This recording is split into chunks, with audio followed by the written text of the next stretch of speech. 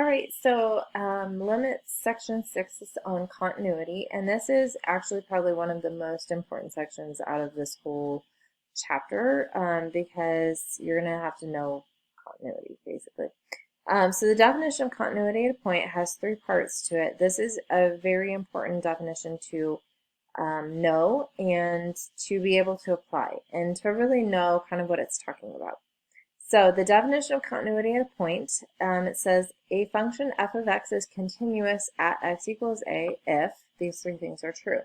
So number one, f of a has to exist. So if you think about on a graph, if you have a hole and there's no defined point somewhere, f of a doesn't exist, all right? If you have a defined point somewhere, it does exist. So that's the difference, like on a graph, that's what you're looking for. On a function, obviously, you can plug in the number and see if it exists. That's not a big deal. Number two, the limit as x goes to a of f of x exists. So you can't have a jump, you can't have a vertical asymptote. That's what that kind of eliminates, and we'll talk about that more down there. I'm getting ahead of myself. And then three, the limit as x goes to a of f of x must equal. So 1 and 2 have to be equal. So 1 and 2, they just have to exist. They can't not exist. But in 3, they have to actually be equal. So all three parts must be true for f of x to be continuous at x equals a. So that leads us to what happens if they aren't true, which is that we get discontinuities. There are three types of discontinuities. I feel like I'm making it too simple that there's more, but I'm really pretty sure there's only three types. Holes, jumps, and asymptotes. Holes fail, well, I'm getting ahead of myself. Holes fail, well, sometimes they fail number 1, but they for sure fail number 3. So they fail number 3 and maybe number 1. It depends on the hole. Like I drew a hole up here before when it didn't have the point, it would have failed number 1. Now that it has the point, it fails number 3. The limit is down here, the function value is up here, so they are not equal.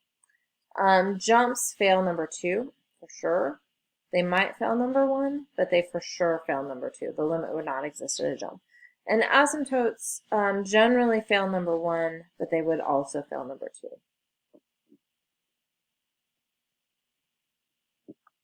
All right. There are two types of discontinuities, two classifications of them, not necessarily names for them, but two classifications for them. The first is removable. Discontinuity is removable if you can fix the function, typically by canceling out factors. All right, so if you can factor and cancel, maybe multiply the conjugate. I'm not sure if that also counts as a whole, but a lot of times this happens with rational functions when you can cancel out a factor. And removable are only holes.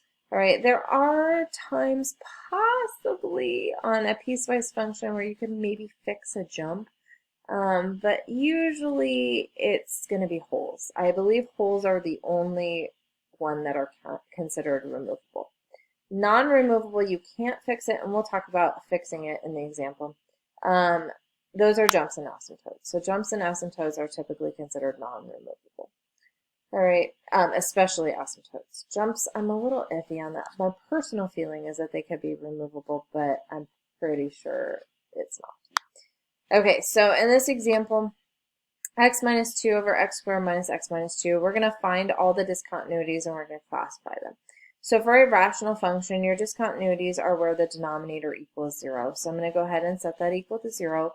I'm going to factor it, x minus 2, x plus 1, equals 0. So I get zeros in the denominator of 2 and negative 1.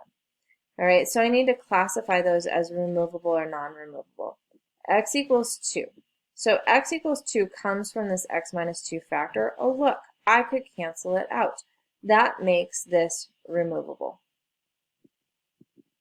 because we can cancel out the factor that makes it a 0. Okay?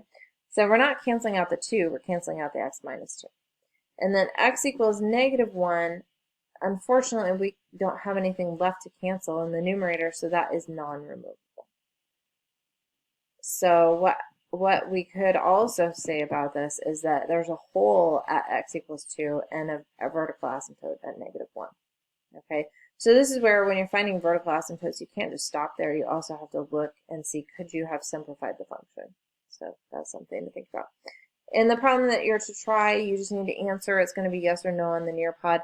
Is x equals -4 removable or non-removable? All right. So now this one, is f of x, is this piecewise function continuous at x equals 2? So you'll notice in the next example, it's a slightly different question, but you'll see I have the other type of piecewise function. That's on purpose.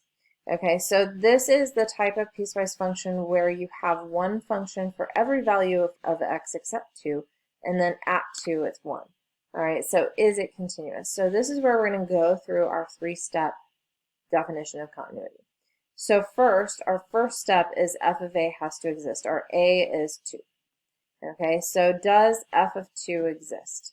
Yes, f of 2 is 1. Okay, so that works. Second one is the limit as x goes to a of our function has to exist. Well, our function is a piecewise function, so we do have to think just slightly about what piece of the function we take the limit of. All right, and for this type of piecewise function, again, the limit is what's happening around the point, not at the point. So for this type of function, we are going to use the first part to take our limit. Okay, so we're going to use x squared minus x minus 2 over x minus 2. Plug 2 into that. You get, oops, I don't want to say equals. You get 4 minus 2 minus 2, that's 0, over 2 minus 2, which is also 0. So you get 0 over 0. That means you need to factor and cancel.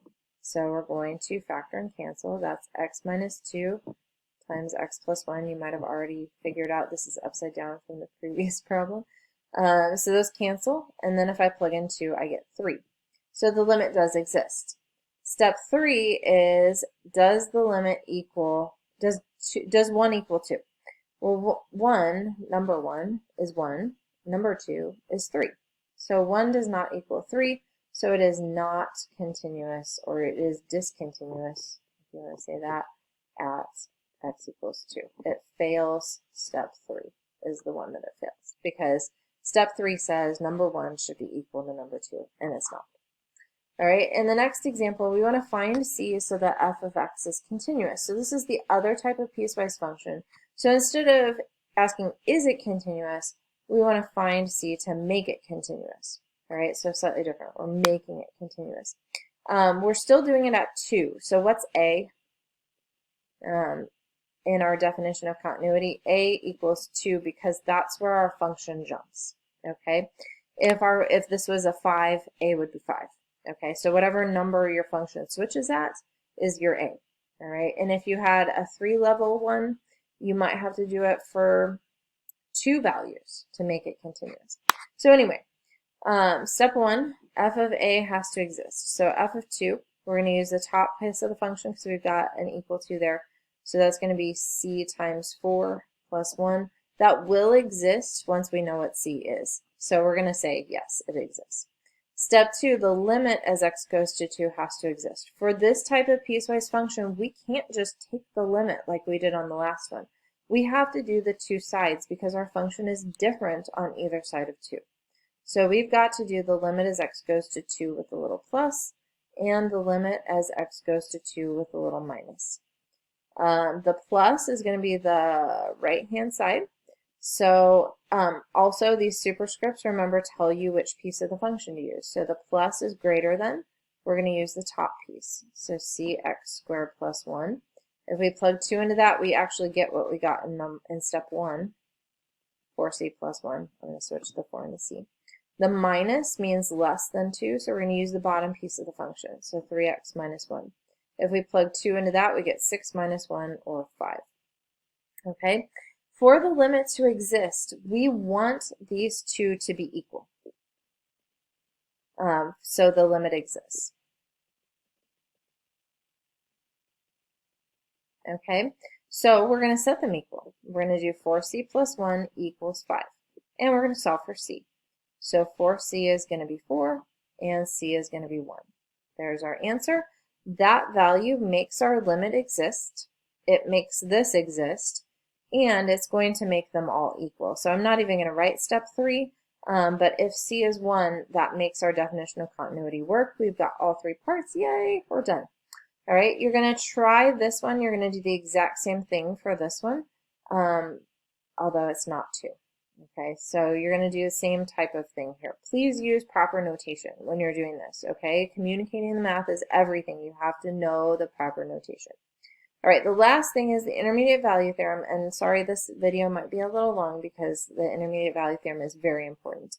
This is a named theorem. Named theorems are all very important, especially the ones that have kind of a shortened name to them. So intermediate value theorem, also known as IVT, for intermediate value theorem. So it says, suppose f is continuous on a to b. So this is the condition you have to meet. You have to know that the function is continuous on the interval. That is very important. So if it doesn't tell you the function is continuous, you need to say the function is continuous. Whether you know it or not, you have to say that it's continuous. So even if you're not convinced it's continuous, you say it is. All right, you're going to let n be any number between f of a and f of b. So these are y values. N is a y value. All right, so we've got this interval. I'm just going to draw a little picture. A and B. And let's say here's the point at A, so this is f of A. And we've got a point here, maybe at B, so here's f of B. N is somewhere in between them, so I'm going to draw N right here. It's not necessarily halfway in between. I try to draw it not halfway in between because that's the inclination is to draw it halfway in between. But it's somewhere between them, not equal to either one, somewhere in between them. And f of A can't be equal to f of B, so you can't have, just a straight line in between them.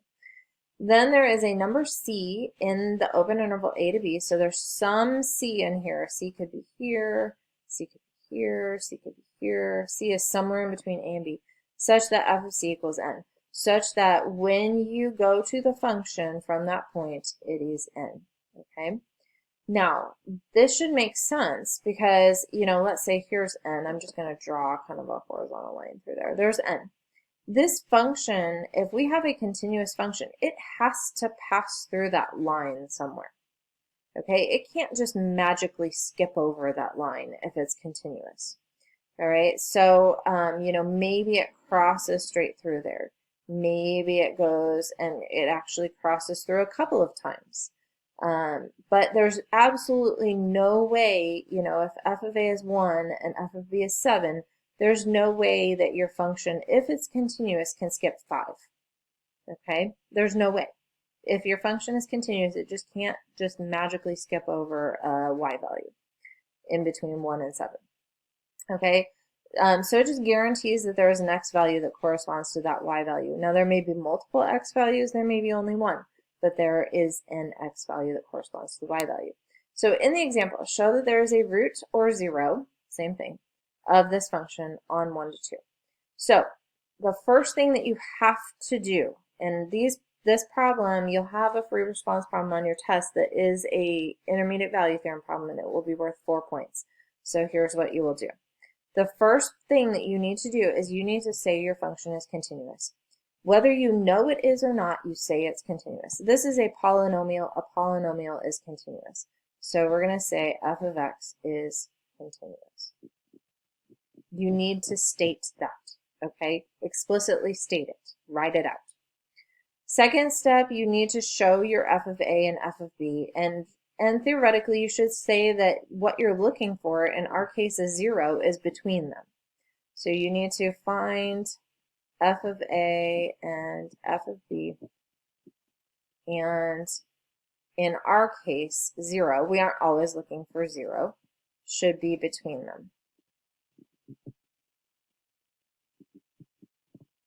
Okay, so f of 1 is, let's see, I wrote it down, -1. F of 2 is 12. So 0 is clearly in between -1 and 12.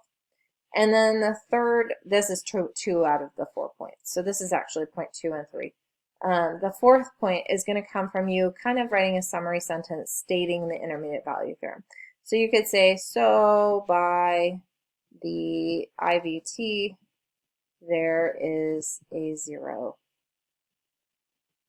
on 1 to 2. Okay, so stating that it is an intermediate value theorem. So that's what I'm looking for on that problem on your test.